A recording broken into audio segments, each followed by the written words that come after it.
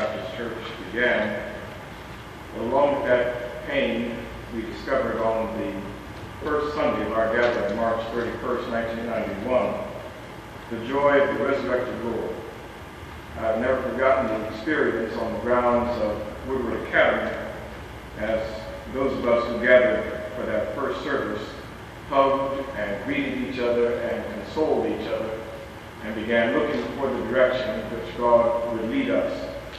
We stayed with Woodward through April and May through the constitution of the church, and then through the graciousness of one of our members who had influence with the Atlanta School Board, we were able to go to Mays High School. It was a good place to be as an interim. It was not a place for permanency. We had to go into a theater, and you had to walk down steps, and it was dark, and we had members tripping and falling, and there was no light coming in, there was no stained glass windows. We knew that during the week the students did just about everything, and there's no way that we could have called it sacred ground or holy ground. We could come there on Thursday nights for a choir rehearsal and meet on Sunday morning, but that was as far as we could go. We could not leave our contents, our personal effects. We knew that we were nothing but pilgrims in a wilderness. And it was the generosity of this congregation after we began our negotiations. It was the generosity of this congregation, Second Baptist, that made it possible for us to move to a sense of permanency, to move out of darkness into the sunlight, to move out of the discomfort of that theater into a more comfortable setting, to feel like we were on our way again and to be in a place where the potential for growth was very evident. And that's what has been our experience. God has allowed us to grow. And so you, Second Baptist, made that possible.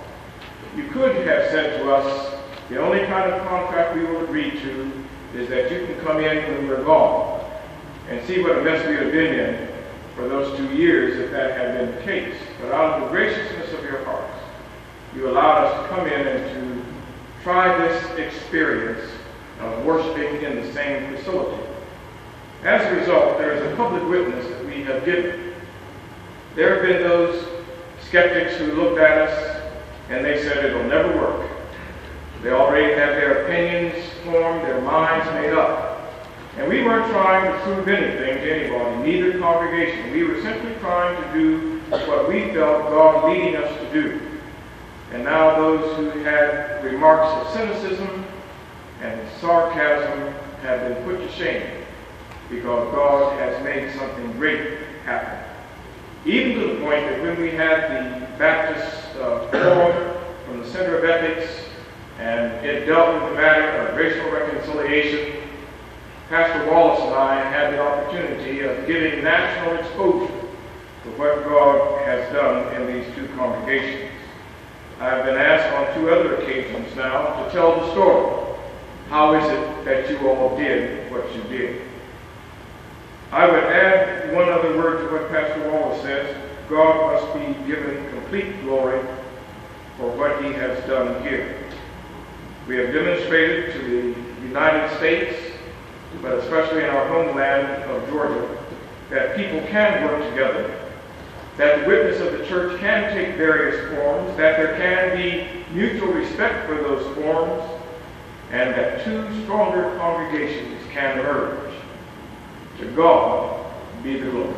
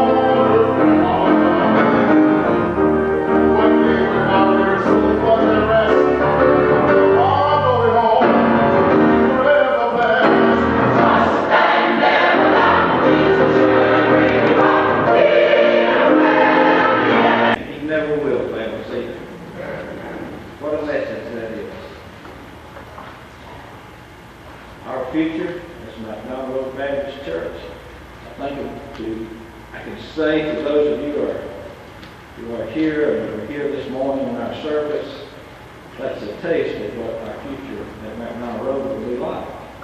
We had a wonderful service this morning. The Lord is surely with us, as He has been with us all along. He's here, whether we're here or not. And He won't fail us. But there are things, in thinking about what our future holds, I got thinking about what do we know about the future? Are we promised the future? But does that mean that we should just sit back and do nothing? Because we're really not promised tomorrow, are we? No, but these past 2 years here at Second Baptist Church, I think has done a lot to prepare us for what we will face wherever we go. It's been a living, loving experience that few people are able to witness and be a part of. The Lord has surely blessed us. And as we, at McDonald Road, look to the future, we have many things that we are looking forward to. We have to prepare for the future. But we know who holds that future. God holds the future in His hands. And if we don't do the work for Him, He'll find somebody else to do it for us. So there's work for us at McDonald Road. There's work here for Christian Fellowship. We all have jobs to do. We all have tasks before us. And the Lord will lead us to do these tasks. It's a great day of joy for us, as well as our sorrow. But as Sarah and I and many of you have gone through experiences before, where we had a similar service such as this, where we closed a church, where we didn't have another church to go to. And I think that one of the best things that we can say about our future at McDonald Road, we do have a future there. We have a place to go. We have a place to keep our church family together. And it's something that's very important to us as Christians. We have other people, other Christians. And I think it's wonderful that we know now that we have a Christian family here that also can be a part of our family.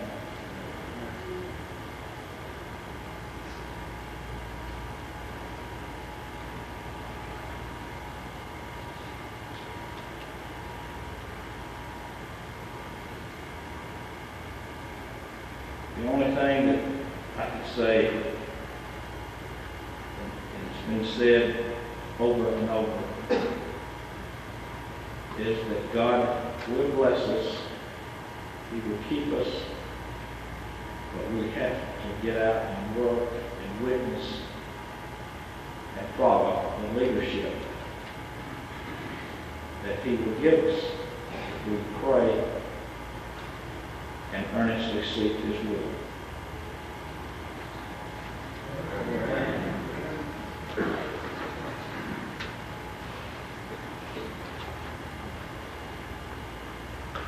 As I think back to Resurrection Sunday, 1991, that's 219 like believers gathered at Woodward Academy. We had no idea what would happen to us over a period of time. We have truly been blessed to have entered into such a warm relationship and friendship with you at Second Baptist and now McDonald Road Baptist Church. Louis, I think about the day that you, Rosalind, and I met for lunch at Red Lobster on Old National.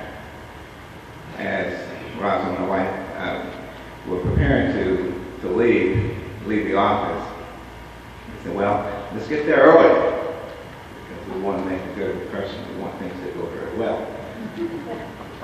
office is about, I guess, 2 minutes down the street. Louis was there before we got there.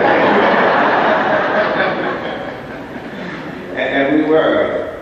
So we all had the same thing, I think, on our minds. So we wanted to make sure that the relationship got off to a good start.